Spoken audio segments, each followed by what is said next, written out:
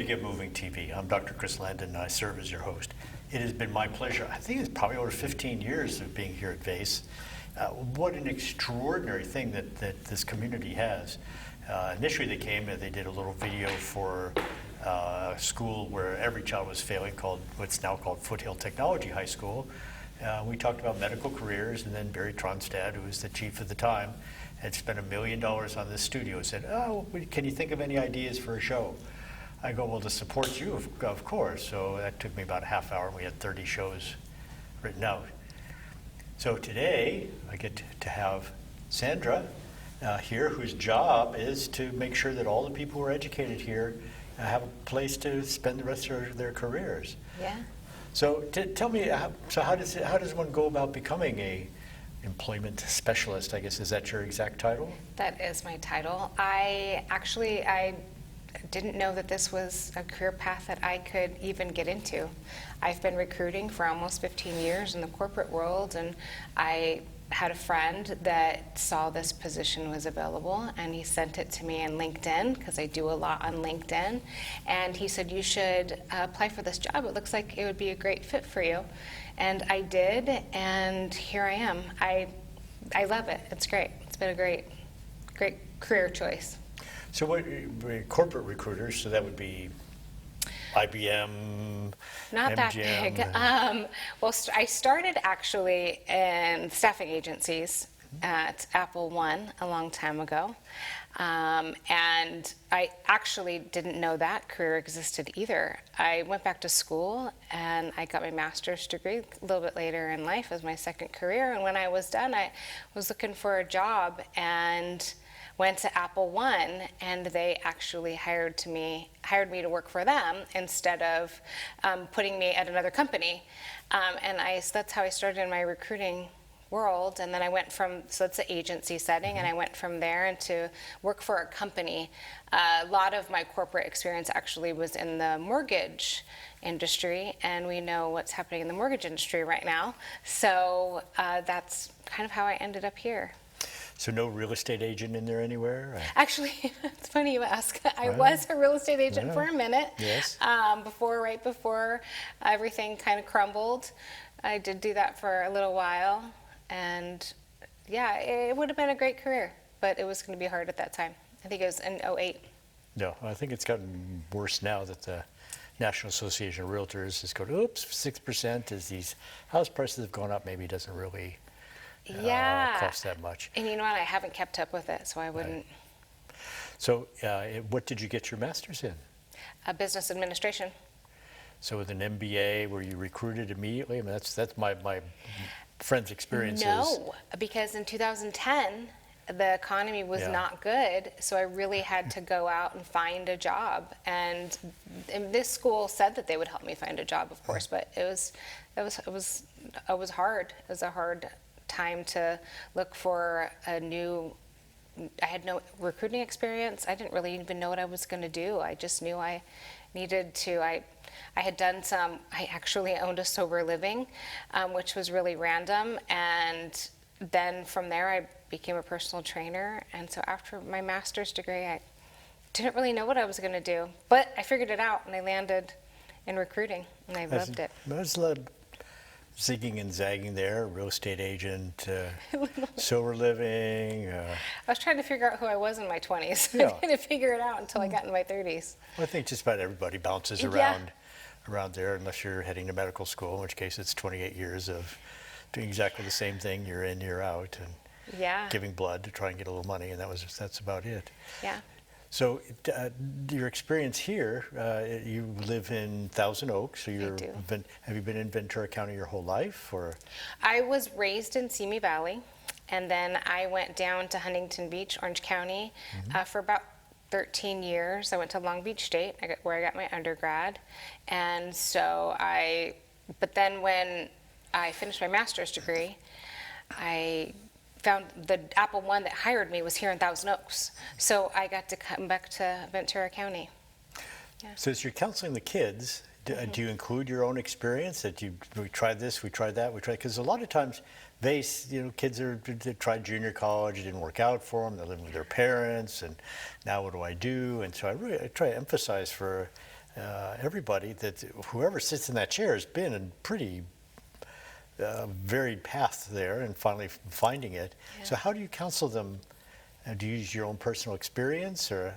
Yeah, I do that. I also teach workshops and in the workshops, I talk about my own personal experience. And because I've been a job seeker and I've also been on the other side where I've hired people, it's a good match to know how it feels to go to an interview, also how it feels to be the interviewer. So I think the knowledge of, looking for a job and then also hiring a lot of people and looking at a lot of resumes and a lot of interviews has really added to what I've been able to share with the students and help them in their search to look for a job. And the workshops is where I get to do a lot of that. And then they come in, we do the workshops, there's 5 workshops, and then after the workshops, they come in and do a practice interview, and I help them with their interviewing skills. And yeah, they've heard my stories before. I think I try to come from more inspirational than I understand that's happened to you. It's happened to me too, and then we talk about that. So, Well, LinkedIn, I get hit up, I don't know, 10, 15, 20 times a day with people who are executive recruiters in Austria. I go, what? Why? So I kind of wonder what I'm doing there, but you can collect 10, 20, 30,000 people following your everything. But when I had an experience with Google, they said, how much does your head weigh? Oh. And so you got to look around the room and figure out, I'm going to figure out how much my head weighs. And it happened they had a trash can, and you fill it with water and put your head in, and that's what your head weighs, is how much water is displaced. So what's the weirdest question that's come up in terms of interviewing? It wasn't the thing that comes to mind wasn't even an interview. It was when I was in HR, I had to call references. And I called a reference, and of course, the typical questions are, what is the student or the candidate's strengths and weaknesses? And I said, can you tell me one of her weaknesses?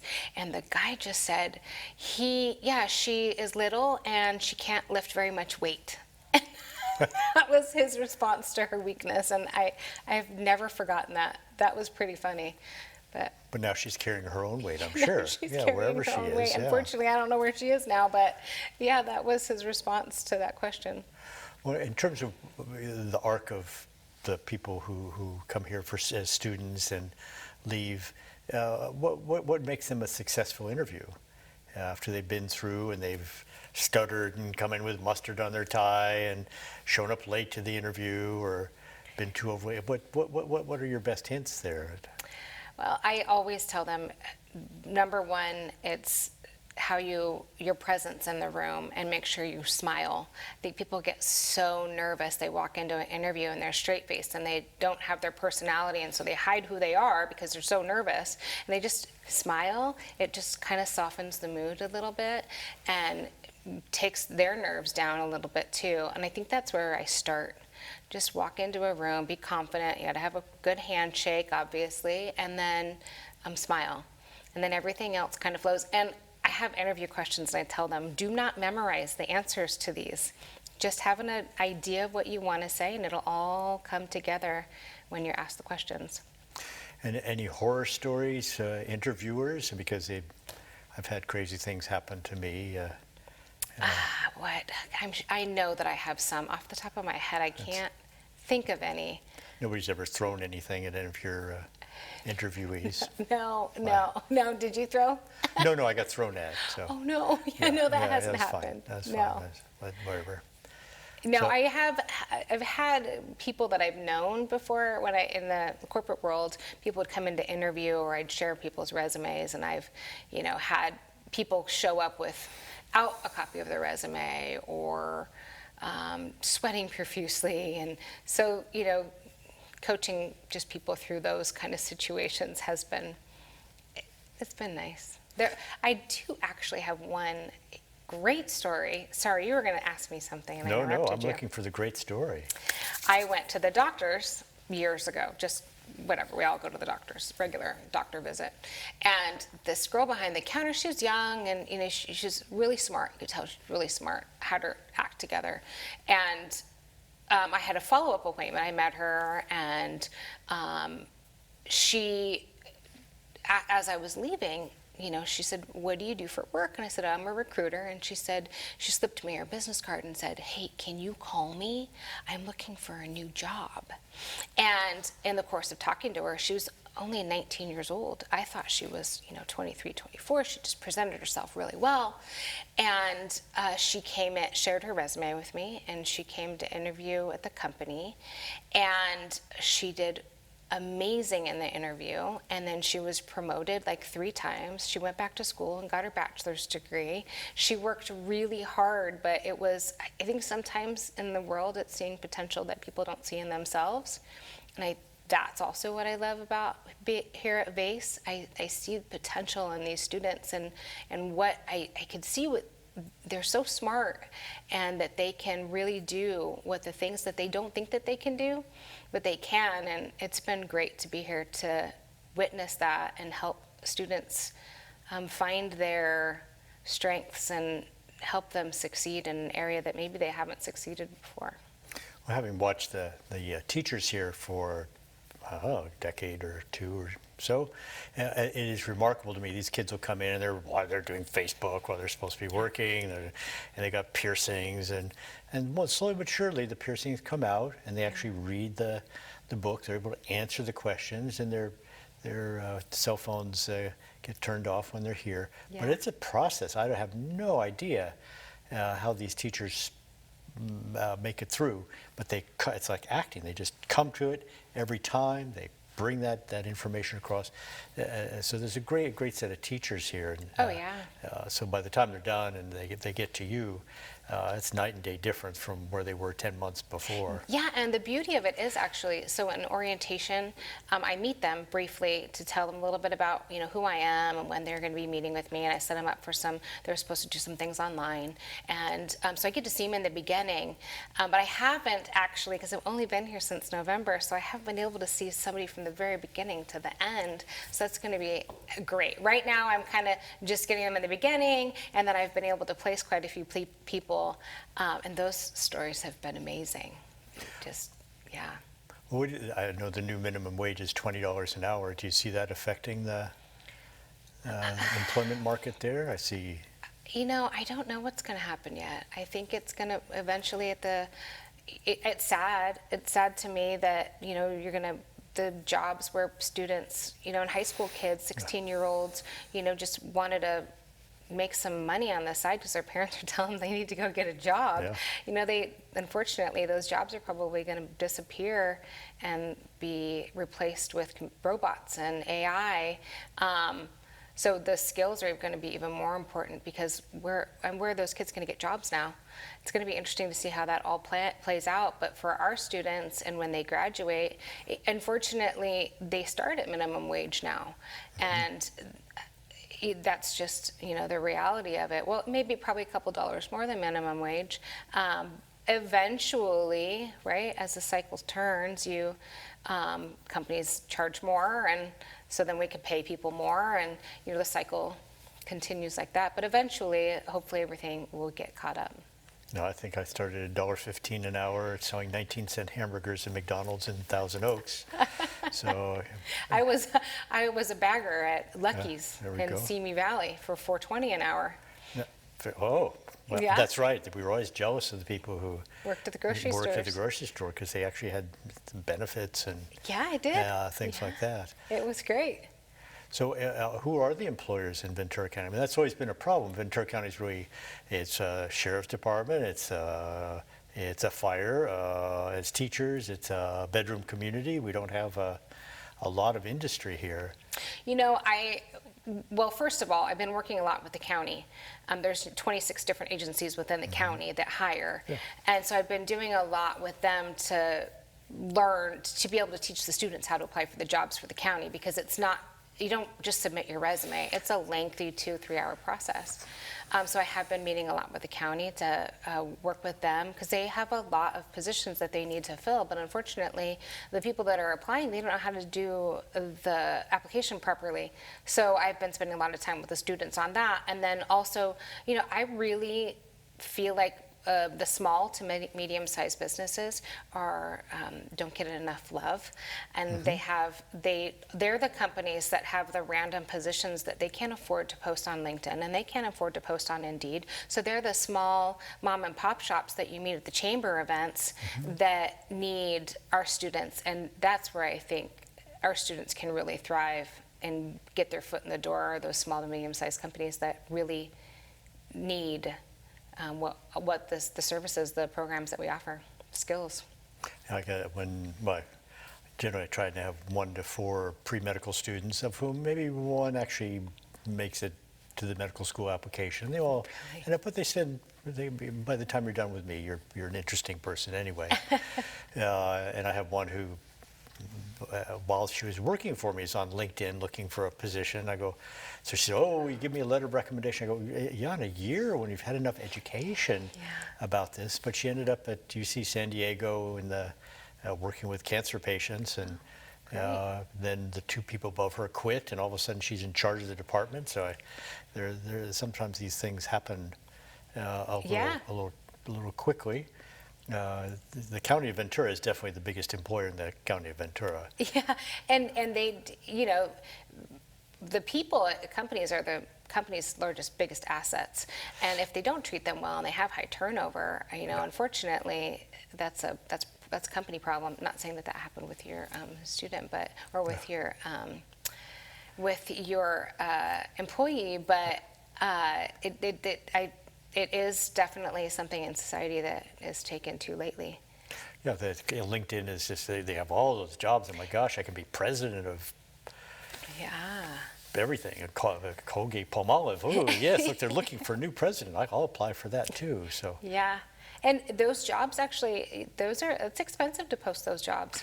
So that's why the companies that are posting those jobs aren't, like I said, they're not the small mom and pop shops. They just can't afford it. Yeah. I mean, some of them can, but the majority, I just don't see how they could afford it. So do you see social media? How do you counsel your clients about social media? Well, the students take down those pictures from college when you were drinking too much. Sure. Well, keep your accounts private. At the end of the day, you can't see it. I mean, there's still ways to get around private accounts, but it's important to first keep your stuff private, and second, be careful what you post. If you're trying to get a job as an accountant, they don't want to know about your happy hour shenanigans from last week. Yeah. It should stay in Las Vegas and not be posted on Instagram. Yeah, they don't want to know what you're doing on TikTok spring break. And it's all good. So if someone wanted to pursue your career, what would you zigged and zagged? Can they make it straight from college into recruiting? I think that it's been a great career. It's a career that actually does not get enough attention. I don't even think HR gets enough, human resources gets enough attention. And unfortunately, a lot of times what happens is recruiters fall under HR, and HR is tasked with hiring people, and HR isn't. It's a different skill set to recruit than it is to be in HR. And I would say, start at the Apple One, start at the agencies, because you get a full round perspective of, what the resumes you get. You have to look at a lot of resumes all the time. And I think that's the key, and actually to be able to have quick phone conversations with people and be able to read people really quickly is really important. Yeah, it's what they won't say about them that. Yes. Yeah. Well, for my daughter, who's going to resent me talking about her, she graduated from college. I said, and she wanted her master's. We got her master's. I said, okay, it's time to close the Bank of Dad. Yeah. So she got a job with all that $178,000 worth of education as a baggage handler at TSA. Which is what I said is, that's good. I get a degree in engineering. So when they had the shampoo bottle and where they could make a bomb out of it, boom, they called her in on a weekend when she wanted to be with young man, and but by then they'd kicked her up to HR, and her job was to show the videotape where I did not kiss that worker, and she, here's the videotape, you're out of here. And then they had the blue glove gang with as the luggage you go through. If it was good stuff in there, they'd throw a blue glove on it so that you'd know what suitcase to. Yeah, exactly. So HR is different. It's different from trying to find those good employees. It is. It is. Yeah. I thought for a minute I wanted to do HR, and then I dipped my toe in it, and it was not for me. I really, really like, as a talent acquisition and a recruiter, or this job here every day, I get to wake up and I get to change somebody's life. I get to help somebody better their life, make positive moves in their career, or prep them for it, and that's great. Well, how do you prep them to stay out of HR? So sexual harassment. Yeah, and I don't do any of that kind of training. That actually, does happen at the company level. But I do teach hard and soft skills. Although I'm not supposed to be calling it soft skills anymore, or hard and soft skills. But that's one of the workshops I teach, and I teach them how to act and what the differences and the different generations, and how you communicate with the different generations in a workplace, because now there's 5 generations in a workplace, which is the first time it's ever happened in history. And that, and then the emotional intelligence, how to be able to read the room, when to know if you're talking too much, if you're not talking enough, all of these social cues that we get that we're not really aware of if nobody's ever told us to be aware of them. And then, we do the regular workshops with the resumes and the applications and things. And then at the end, I follow it up with, this is how you act in the workplace. And the first thing is show up on time. Yeah. Show up on time. It's always a good move. Yeah. We get active shooter training and everything else. But you're talking about older people. Maybe they're re-entering the workforce, so how do you counsel them? You're 65 years old and you're bored, and your wife says, get to work. And we had one with the Economic Development Collaborative here in Ventura County, and his wife was triathlon. He's 50 and he's 75, and she's looking at him sitting around the pool smoking cigars. She said, well, I do like you, so go get a job. And he ended up selling he applied at Walmart, I think it was, or one of them, as an HVAC, so heating, air conditioning, ventilation, and became the #1 salesman in 6 months in the entire United States, just because that was his personality that shined through. So how do you counsel your older re-entries, someone who's come back and learning about computers or CAD/CAM or medical assisting? Or I think at first it's important to remember that age is just a number, and when we do the resumes, we only go back 10, 15 years. So first of all, they're not really going to know age, and it's age is it's illegal to discriminate against someone's age. I know it happens, but I think it's also a mindset for the person. If you go into anything thinking, I can't do this because of I am age, or I look a certain way, or the second that you put limitations on yourself, that's when the limitations come up. So that's, I think, first and foremost, is what do you want to do and why do you want to do it? And start with that. And the age, let's not think about that. Let's just not talk about it. And I know it is someone's reality, and I know it's insecurities for people, but we just had one of our students, I don't know how old she is actually, but she's probably 60, 55 to 60, and she got a job at the county. So that's another thing too. I think that's really great about even our school district, the school districts, the county jobs. They're fair. From what I've seen, and that's where I think we'd start to. But then you go back to the small businesses. I go back to it every time because they need people. Then does it matter how old somebody is? If you need a bookkeeper, does it matter how old somebody is if somebody's answering the phone? So let's take, say Cornell Winery. I know they have weddings there. Yes. How do they go about hiring people? That's a great question. I'm getting married there. I don't know how they hire people, but I'm sure. I mean, they're a small company. It's actually a really great question to ask them. I think it is. There's a lot of wineries here, surprising, and we don't have that many grapes, but they bring them in. And, Yeah, they do. And actually, Cornell Winery is not. They don't actually make their own wine, but they have a bunch of different distributors in their at their wine company. I really want Joel Gottler, my other guest there, to go play the harmonica at winery. So generally they'll have music and beer and they do. good snacks, and it's a place for people to meet each other, I suppose. Yeah, you know what, and hopefully, so actually I am getting married on Saturday, and my future husband, my fiance and I, that's where we went on our second date. So that's why we chose that place to get married at. Yes, I got married in, as I was telling you, in Harmony, California, which is a town of 8 people. And, I know, it's great. And I think there's more cows than people who witnessed our wedding there, so that was all good. Sounds perfect. And then the businesses, in terms of now you're interacting with a lot of businesses, so as you go around for wedding dresses and glasses and all the things for the kids to wear, are you able to find them all here in the Conejo Valley? Yeah, all of the jobs so far have been here in Conejo Valley. Yes. Some students don't want to go over the hill, but there are quite a few jobs over there, and I'm hoping that I'll be able to build more relationships over there. I do a lot right now with the chambers and things. Good. Sandra, thank you so Yes. much for being a guest. Thank you for having Ventura me. County, VACE is the place. Not only can you learn